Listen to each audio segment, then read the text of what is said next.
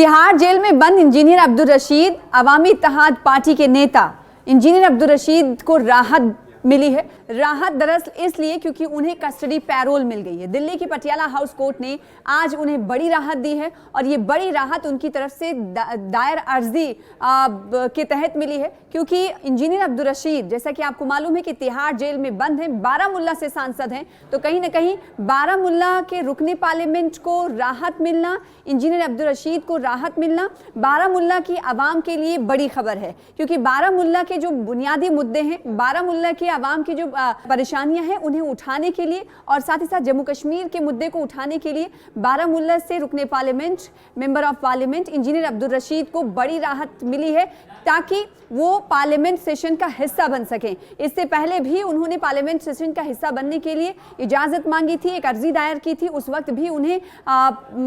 इस हवाले से राहत मिली थी। लेकिन इस बार जो राहत मिली है उसे जान लेना, समझ लेना बहुत ज़रूरी है। बारामुल्ला से रुकने पार्लियामेंट चुने गए हैं अवामी इत्तेहाद पार्टी के नेता, आपको मालूम ही है, और ये वो सीट है 2024 में जब यहाँ पर लोकसभा के इंतखाब हुए थे, तो इसी सीट पर जो सीएम बने हैं उमर अब्दुल्ला, जम्मू कश्मीर यूटी के, उन्हें इसी सीट पर हराने वाले इंजीनियर अब्दुल रशीद ही हैं। यानी बारामुल्ला सीट से उनके मद्दे मुकाबल थे सीएम उमर अब्दुल्ला, और उस वक्त सीएम उमर अब्दुल्ला को करारी शिकस्त दी थी इंजीनियर अब्दुल रशीद में, जो कि तिहाड़ जेल में बंद हैं। और तिहाड़ जेल में बंद इंजीनियर रशीद को अब दिल्ली की पटियाला हाउस कोर्ट ने बड़ी राहत दी है। बड़ी राहत दरअसल इसलिए माना जाएगा क्योंकि तिहाड़ जेल में इस वक्त कैदोबंद की सऊबतें यानी सजा काट रहे हैं इंजीनियर अब्दुल रशीद, और इंजीनियर अब्दुल रशीद जब अब जेल से बाहर आएंगे, पार्लियामेंट सेशन में हिस्सा लेने के लिए उन्होंने अर्जी दायर की थी, जिसके बाद उन्हें जमानत नहीं बल्कि कस्टडी पैरोल मिली है। जमानत, अबूरी जमानत मिलना और कस्टडी पैरोल मिलना, बहुत दोनों में फ़र्क है। इन दोनों फ़र्क को भी समझने की कोशिश करेंगे, आपको बताएंगे कि इन दोनों में आखिर फ़र्क क्या है। फिलहाल बारामुल्ला के लोगों के लिए, आवाम के लिए बड़ी खबर यह है कि उनके जो बुनियादी मुद्दे हैं, उनके जो मसाइल हैं, उन्हें जो परेशानियां हैं, उसे उठाने के लिए उनके रुकने पार्लियामेंट को इजाज़त मिली है, ताकि वो पार्लियामेंट की दहलीज तक पहुंचे, पार्लियामेंट सेशन का हिस्सा बने, ताकि उनके मुद्दों को वहां पर उठाया जा सके। इससे पहले भी आपने देखा होगा कि इंजीनियर अब्दुल रशीद जब भी पार्लियामेंट पहुंचे हैं तो उन्होंने बड़े ही पुरजोर तरीके से अपने इलाके के मुद्दे को, जम्मू कश्मीर के मुद्दे को उठाया है। और इस बार, इस मरतबा जब मानसून सेशन की शुरुआत हो चुकी है 21 जुलाई यानी कल से, और इस दरमियान आपको मालूम है कि कांग्रेस एक मुद्दे को, स्टेटहुड की बहाली को मुद्दे पर जोर शोर से आवाज़ बुलंद करते हुए दिखाई दे रही है। पहले जम्मू चलो, श्रीनगर चलो कॉल, फिर उसके बाद जम्मू चलो कॉल, फिर दिल्ली चलो कॉल के तहत आज हमने देखा कि जंतर मंतर पर बड़ा विशाल प्रदर्शन जम्मू कश्मीर के नेताओं समेत मेंबर ऑफ पार्लियामेंट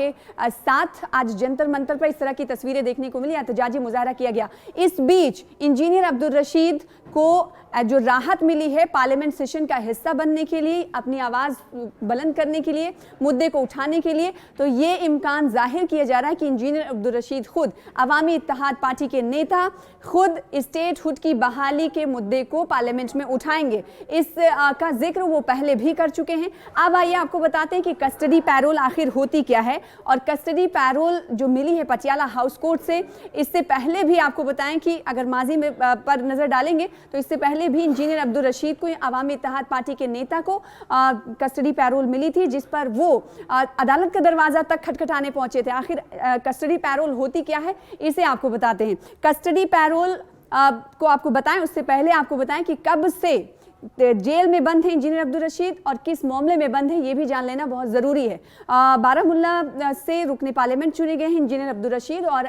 वो 2017 में ट्रेड फंडिंग का केस था। एनआईए ने 2017 में इस केस के तहत 2019 में गिरफ्तार किया था, और ये 2017 का ट्रेड फंडिंग का केस था और मनी लॉन्ड्रिंग का केस था। फिर उसके बाद 2019 में उनकी गिरफ्तारी हुई। 2019 के बाद से वो दिल्ली के तिहाड़ जेल में बंद हैं, सजा काट रहे हैं, और लोकसभा की कार्यवाही में हिस्सा लेने के लिए जेल से लेकर अब आपको कस्टडी पैरोल के बारे में बताते हैं कि जो कस्टडी पैरोल मिलता है उससे दरअसल जब वो लोकसभा की कार्यवाही में, लोकसभा में शामिल होने के लिए, सदन में शामिल होने के लिए जब वो जेल से लेकर पार्लियामेंट का सफ़र करेंगे, तो इस बीच आना जाना या सिक्योरिटी में जितना खर्च आएगा उन्हें खुद वहन करना पड़ेगा, यानी इंजीनियर अब्दुल रशीद को इसका भुगतान करना पड़ेगा। इसका पूरा खर्च जो है एक दिन का तकरीबन 1.5 लाख रुपए है, जो कि इंजीनियर अब्दुल रशीद को खुद से गतना पड़ेगा, यानी भुगतान इसका उनके जरिए ही किया जाना है। इससे पहले की अगर बात करें तो पहले भी उन्हें इस मामले में कस्टडी पैरोल मिली थी और कस्टडी पैरोल पर उनकी प्रतिक्रिया भी सामने आई थी। ना सिर्फ प्रतिक्रिया बल्कि उन्होंने कानूनी सहारा भी लिया था और इसको लेकर उन्होंने दिल्ली हाई कोर्ट का दरवाजा खटखटाया था। पिछली बार ये देखने को मिला था कि इंजीनियर अब्दुल रशीद एक अर्जी दायर करते हुए दिल्ली हाई कोर्ट में ये अर्जी में लिखते हुए नजर आए थे कि वो इतना पैसा नहीं दे सकते, इतने पैसे की भुगतान नहीं कर सकते, इतना रुपया वो नहीं खर्च कर सकते, लिहाजा इस बारे में सोचा जाना चाहिए। उन्होंने साथ ही साथ अपनी अर्जी में उस वक्त ये जिक्र किया था कि मैं संवैधानिक काम को करने के लिए, यानी आईनी काम को और आईनी जिम्मेदारी को निभाने के लिए पार्लियामेंट का हिस्सा बनना चाहता हूं, लिहाजा मेरे ऊपर जो पैसे और खर्च का जो एक तरीके से कस्टडी पैरोल के हवाले से जो फैसला लिया गया है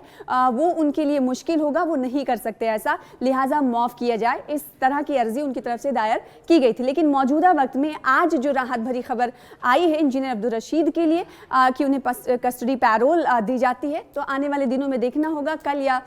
एक दो दिन के बाद देखना होगा कि क्या इंजीनियर अब्दुल रशीद की तरफ से एक बार फिर से दिल्ली हाई कोर्ट का दरवाज़ा खटखटाया जाता है कि वो इतने रुपये का भुगतान नहीं कर सकते, या फिर उनके लिए एक बार फिर से अदालत का सहारा लिया जाता है कि उनके साथ भेदभाव ना किया जाए। क्योंकि पिछले कस्टडी पैरोल के हवाले से जब फैसला आया था तो उन्होंने इन बातों का जिक्र करते हुए अपनी अर्जी में शामिल किया था इन बातों को। तो अब देखना ही होगा कि क्या इंजीनियर अब्दुल रशीद एक बार फिर से कस्टडी पैरोल को लेकर, यानी कस्टडी पैरोल में जो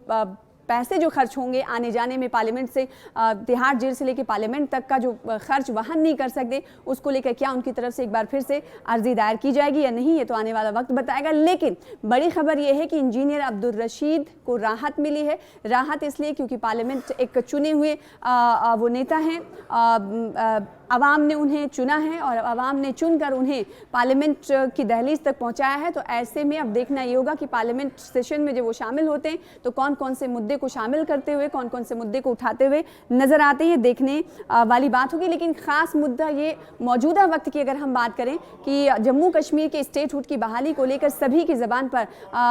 सवाल है और सभी की ज़बान आवाज़ जो है बुलंद होते हुए दिखाई दे रही, चाहे नेशनल कॉन्फ्रेंस हो या कांग्रेस हो। और AIP की अगर बात करें, अवामी इत्तेहाद पार्टी के, तो देखना ये होगा कि हालांकि इंजीनियर अब्दुल रशीद ने पहले ही कहा था कि जब वो पार्लियामेंट सेशन का हिस्सा बनेंगे तो स्टेटहुड की बहाली को लेकर अपनी बात जरूर रखेंगे। इस बीच नेशनल कॉन्फ्रेंस की तरफ से अलग से ही स्टेटहुड की बहाली को लेकर आपको मालूम ही है कि उन्होंने कैबिनेट ने एक रेजोल्यूशन पास किया था इस हवाले से। फिर उसके बाद जब उस वक्त असेंबली की कार्रवाई चल रही थी जम्मू कश्मीर में, उस वक्त भी एक रेजोल्यूशन पेश किया था नेशनल कॉन्फ्रेंस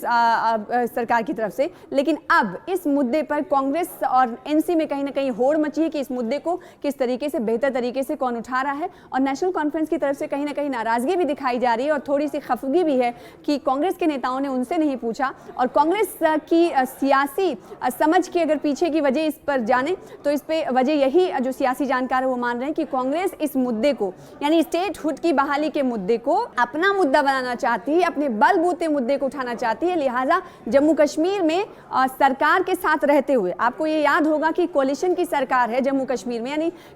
समर्थन या हिमायत की सरकार बनी हुई नेशनल कॉन्फ्रेंस, लेकिन फिर भी इस मुद्दे पर, स्टेटहुड की बहाली के मुद्दे पर उसने नेशनल कॉन्फ्रेंस को साथ में नहीं लिया। इसी पर इजहार ख्याल